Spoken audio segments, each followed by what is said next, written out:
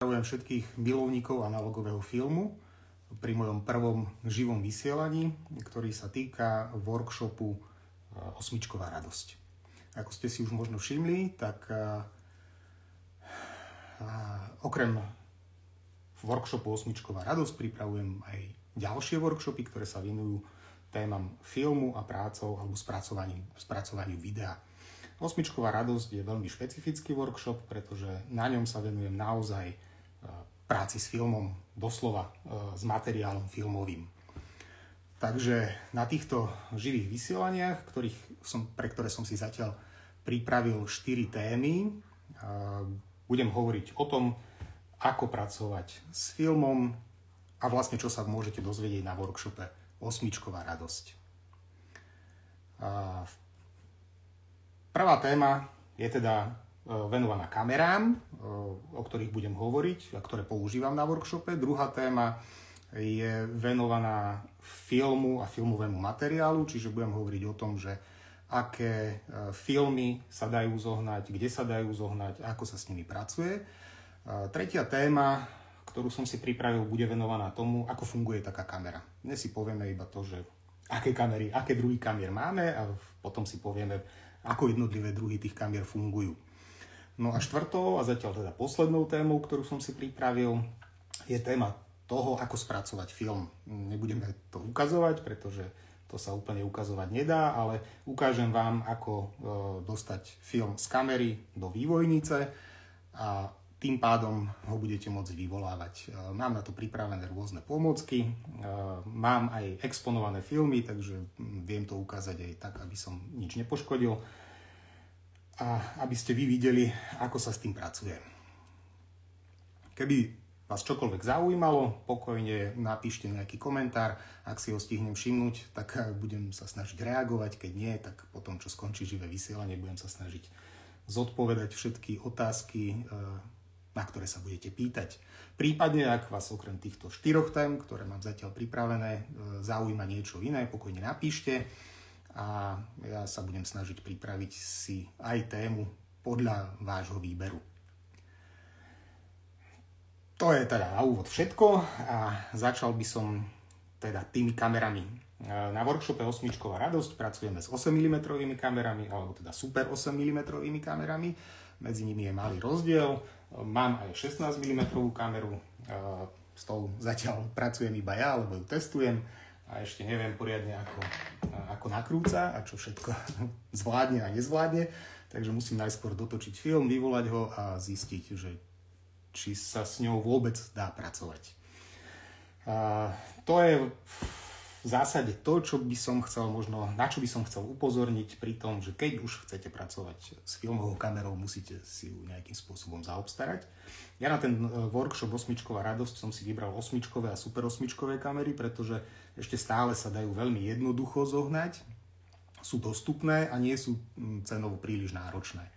Čiže nie je to až taká drahá záležitosť, ako by sa možno na prvý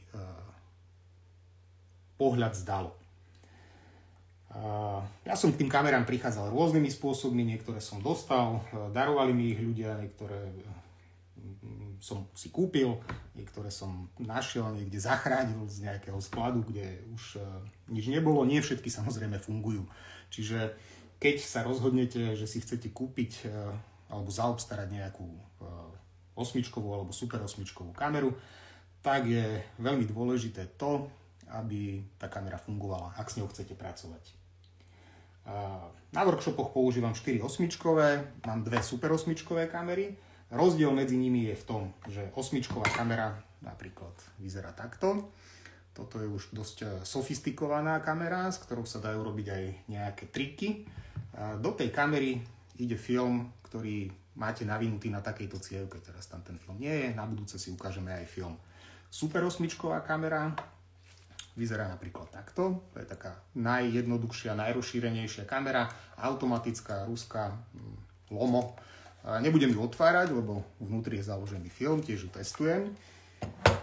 Ale napríklad Super 8 kamera môže vyzerať aj takto. Toto je taký špeciálny druh Super 8 mm kamery, ktorá funguje na zvukový film. Tu vám otvoriť môžem.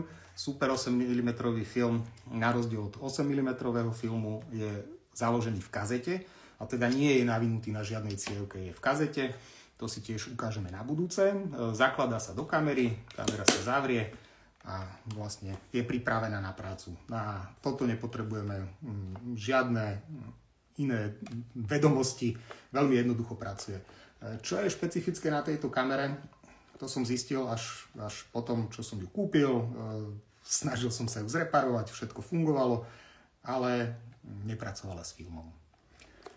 Keďže ale mám nejakých známych, ktorí sa ešte venovali práci s 8 mm a Super 8 mm filmom v dobách dávno minulých, tak sme spoločným bádaním zistili, že Super 8 mm zvukové kamery, niektoré, boli vyrábané tak, že fungujú iba so zvukovým filmom.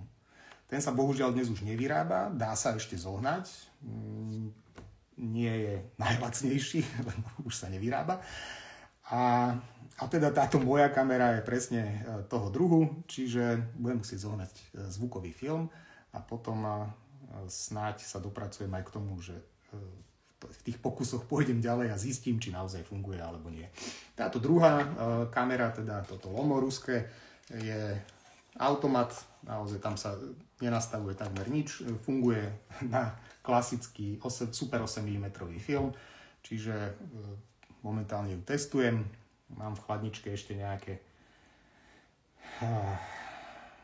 expirované filmy, ktoré som kúpil strašne dávno, ale to vôbec nevadí, lebo na takéto experimentovanie sú úplne v pohode. Čiže to sú Super 8 mm kamery. 8 mm kamery, ktoré mám oveľa radšej, takto ešte, zásadná vec, Super 8 mm kamery fungujú na napájanie. Čiže majú nejakú batériu, väčšinou sú to tužkové baterky, ktoré do nich musíte dať, aby oni fungovali. Bez tých batérií nefungujú. 8 mm kamery mám rád preto, že je to čistá mechanika. Nie je tam nič elektronické. Na najvýš, ak tam niečo elektronické je, tak je to expozimeter, ktorý ale nemá každá kamera elektronicky, ale často tie kamery majú seleniové expozimetre. Zase vysvetlenie toho, ako sa používa, to si necháme na budúce. Toto bola moja asi prvá 8-čková kamera, funkčná, prvá dokonca, na ktorú som nakrúcal. Po tejto prišlo niekoľko kamier, ktoré asi nie sú funkčné. A čo je teda dôležité, toto je v Československu najrozšírenejšia kamera, vyrábala ju Meopta, československý výrobca kamier, optiky. Dodnes tá firma funguje, nevyrába už kamery, ale vyrába ďalekohľady a rôzne iné veci. Venuje sa optickým veciam a teda aj špeciálne nejakej vojenskej technike, ale kamery myslím, že už nevyrába. Táto kamera je pomerne jednoduchá, lebo nič sa na nej nedá nastaviť, čiže je to taký poloautomat, kde sa dá nastaviť iba clona a to je všetko. Čiže prvá kamera, vyskúšaná, naozaj funguje.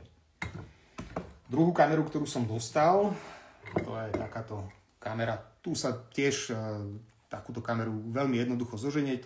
Je to ruská kamera, teda vyrábaná ešte v Sovietskom zväze. Krasnogorsk, Kvarc, toto je model 1. Mám aj model 3, ten som dostal od kolegu. Rozdiel medzi tým modelom 1 a modelom 3 je, že tento model má vlastne pevné ohnisko objektívu, dá sa ale vymeniť, čiže keď budem šikovný a zoženiem ešte objektívy k tej kamere, tak veľmi bez problémov môžem meniť objektív na kamere. Táto kamera, myslel som si, že je funkčná, bohužiaľ nebola, ale poviem, že na čo si treba dávať pozor, keď si tie kamery budete zaobstarávať. Teda Krasnogorsk model 3, Kvarc, opäť je to vlastne vylepšenie tejto kamery, aj keď mne sa viacej páči táto prvá. Toto je taký autobus. Ale dúfam, že je funkčný, túto som ešte netestoval. Ďakujem ale kolegovi, ktorý mi ju daroval. Vyzerá dobre, vyzerá, že je funkčná, takže už musím do nej iba založiť film. No a posledná, moja najobľúbenejšia, lebo na túto točím najviac, To je kamera Bolex. Je to legenda medzi kamerami. Bolex naozaj tak ako, ja neviem, u nás bola naozaj najrozšírenejšia Meopta alebo ten Quartz. V západnom svete Bolex to je legenda a vyzerá naozaj nádherne. Ako som k nej prišiel, to sa dozviete. Čiže to sú také základné veci. Nejakí výrobcovia, ktorých kamery si viete dnes kúpiť. Kde ich kupujem ja?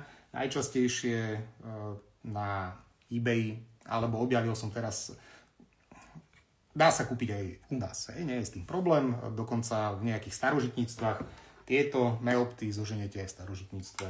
Videl som kopu inzerátov 30 až 80 eur, dá sa zohnať aj lacnejšie, dá sa zohnať aj drahšie, ale treba potom dávať pozor na to, že keď je tá cena už príliš nízka, niečo tam nie je v poriadku a tie kamery nebudú úplne 100%. Najčastejšie je problém s optikou, teda že bude poškodená, alebo tam nie je. Môže byť ešte problém s hľadáčikom, že cez ňu poriadne nevidíte, lebo je špinavý. No a zásadný problém je, že nefunguje vlastne pružina, respektíve motorček tej kamery. Čiže kamera, keď ju skúsite natiahnuť, to je vlastne motýlik na naťahovanie motorčeka a stlačíte spúšť, mal by fungovať. Takže dúfam, že počujete, že kamera funguje.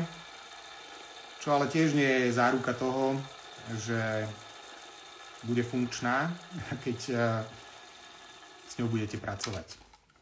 To sa mi stalo pri tejto druhej kamere, ktorú som síce dostal, čiže mňa nestála nič, ale cena tej kamery je tiež tak okolo tých 50 eur. Viete zohnať, za tú sumu viete zohnať kamery. Motorček fungoval. Keď som testoval kamery, najskôr som vyskúšal tú Meoptu, bol som spokojný s tým, ako pracuje, lebo naozaj na to, že som do nej prvýkrát vložil film a natočil som niečo, tak boli tam super krásne obrázky, veľmi sa z toho teším, že ostrá optika naozaj pracuje tak, ako má. Táto kamera ma v prvom momente sklamala, lebo napriek tomu, že motorček fungoval, tak keď som do tej kamery založil film, tak sa film nepohol.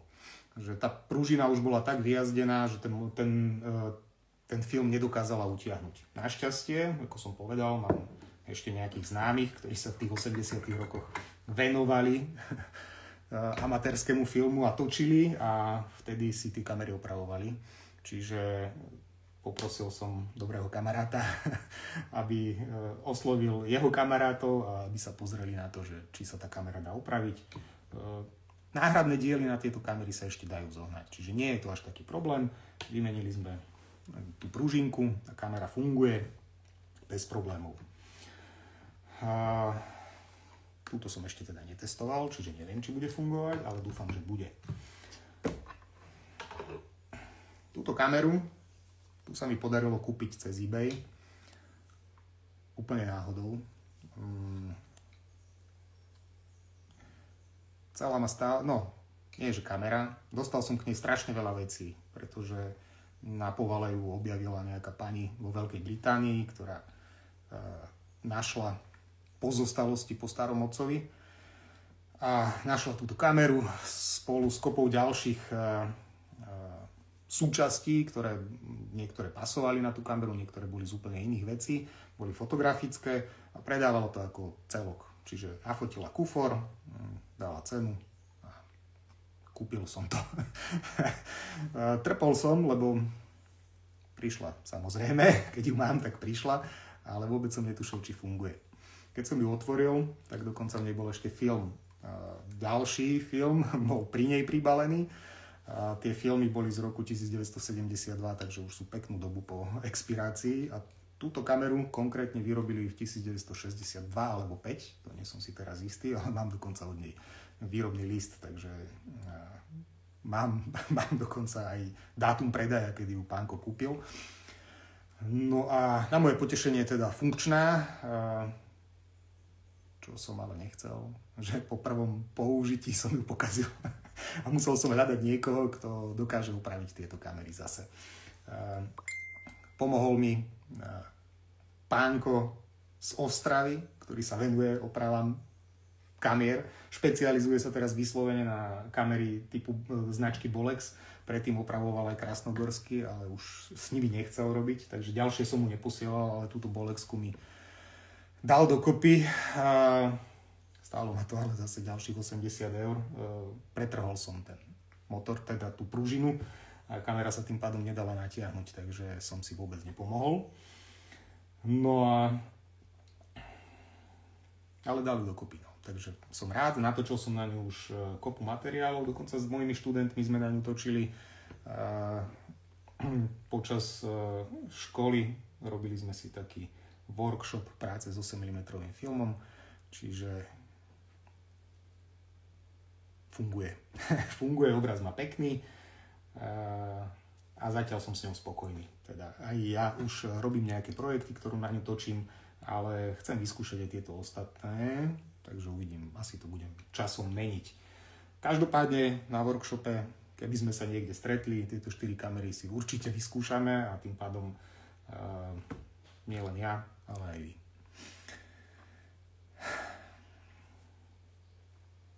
Ukázal som kamery, v zásade táto je najjednoduchšia, je takmer automatická, jediné čo sa na nej nastavuje je clona a to je všetko. Dokonca ani rýchlosť pohybu filmu sa nedá nastaviť, čiže štandardná rýchlosť pri 8 mm filmoch bola 18 frameov za sekundu, táto kamera teda funguje na 18 frameov za sekundu. Tieto ostatné kamery sa dajú nastaviť, čiže fungujú aj na viac, alebo respektíve aj na menej frameov. Dajú sa tu ponastavovať potom ďalšie iné veci. Viete si nastaviť citlivosť filmu, viete si nastaviť clonu. Pri kamerách toto napríklad má premenlivé ohnisko, čiže meníme ohniskovú vzdialenosť aj na tejto Bolexke.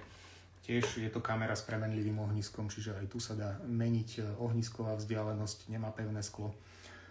To je výhoda týchto dvoch kamier oproti týmto dvom, ktoré teda majú pevné ohnisko, čo je ale zase nevýhoda, že tie premenlivé ohniska pri týchto formátoch a hlavne pri tých rokoch, ktoré majú, už nemusia fungovať 100%, čiže na to treba dávať trošku pozor. To je akoby najcitlivejšia časť tej kamery. Optika. Vrátim sa teda, že k tomu, kde a ako kupovať, ako som povedal, takéto meopty obyčajné viete kúpiť u nás v bazáre, alebo dokonca našiel som aj na Bazoši, síce som tam nekupoval, ale je veľa starožitníctiev, kde takéto kamery ešte viete zohnať. Prípadne v nejakých fotografických obchodoch, kde predávajú tovar z druhej ruky, určite viete kúpiť takúto kameru. Tá cena, ako som hovoril, od 50 do tých 80 eur. Či by som dal za ňu viacej, nie som si istý. Ak je to menej ako 50, treba si naozaj dávať pozor na to, že či jej niečo nechýba, či funguje. Takéto Krasnogorsky u nás sa asi ešte dajú zohnať. Najčastejšie ja zháňam cez eBay kamery, ale našiel som taký poľský portál, lebo Poliaci predajú všetko a majú všetko, takže tam sa tiež dá kupovať a sú podľa mňa aj za lepšiu cenu ako na tom eBay. Čiže keď hľadáte takéto kamery, určite odporúčam pozrieť stránky z najbližšieho okolia, tie poľské určite. Teraz niekedy koncom júna, začiatkom júla vo Viedni bude veľký blšák, tak by som to nazval, kde sa predávajú staré kamery, fotoaparáty, takže to je tiež príležitosť, že kde sa dá ísť pozrieť na to, že či niečo do zbierky nezohnať, ale musíte ísť do Viedne. V zahraničí naozaj mám pocit, že zoženiete oveľa skôr takéto veci. U nás veľmi výnimočne, funkčné, teda veľmi výnimočne. Čo sa týka super 8 mm kamier, to tiež najskôr cez ten internet v bazároch u nás som nenašiel, ale určite ešte sú ľudia, ktorí takéto kamery majú, pretože v 80. rokoch sa bežne nakrúcalo na 8 mm a super 8 mm film. Boli rôzne kluby a venovali sa tomu amatéri alebo neprofesionáli. Čiže viete zohnať kamery, viete ešte nájsť ľudí, ktorí sa tomu venujú. Na Neopty, dokonca v Lučenci som našiel pánka, ktorý sa venuje oprave a reštaurovaniu projektorov. Tiež som si jeden od neho kúpil a teda mám kontakt na človeka, ktorý sa tomu venuje. Vie to zreparovať. Ja si na toto netrúfam. Rozobrať to viem, dokopy to už veľmi neviem dať, čiže nerobím to. Robím to iba vtedy, keď niečo naozaj pokazím a už mi je teda šuma fúk, že to nedám dokopy, tak vtedy sa aspoň do toho pozriem, že čo je vnútri a rozmýšľam, ako by sa s tým dalo potom ďalej pracovať, alebo že keď už to neviem opraviť, ja potom to odnesiem ľuďom, ktorí to opraviť vedia a oni to zachránia. To je moja stratégia na takéto hranie sa s takouto technikou. Čiže takto v skratke. Kamery, ako vravím, od tých 50 do tá cena hore je v podstate neobmedzená, lebo záleží od toho, akú kameru kupujete a čo od nej očakávate. Napríklad tento Krasnogorsk, takýto poloautomat 16 mm kamera dá sa kúpiť od 150 eur do 700. Naozaj to záleží od toho, že od koho tú kameru kupujete. Ja som ju kúpil od jedného kamaráta, lebo ho poznám. A aj napriek tomu, že na internete by som možno zohnal tú kameru lacnejšie, tak som nechcel riskovať to, aby mi prišla kamera, ktorá sa nedá použiť. Aj to sa stáva, aj mne sa to stalo. Tiež objednal som si na workshop kamery, chcel som mať dve rovnaké kamery, našiel som človeka, ktorý ich ponúkal. Kúpil som ich, ponúkal teda funkčné kamery, prišli domov dve kamery, ktoré som si mohol dať do vitrinky a to je všetko. Boli v takom stave, že sa nedajú použiť ani na náhradné diely, ani na nič zhrdzavené. Čiže naozaj viem ich maximálne očistiť a tým pádom ich mať vo vitrinke a nepoužívať. Čo ale používam sú teda tieto kamery a tie si môžete použiť aj vy, keď sa niekde uvidíme na workshope Osmičková radosť. Takže v skratke o kamerách na prvé živé vysielanie je to všetko.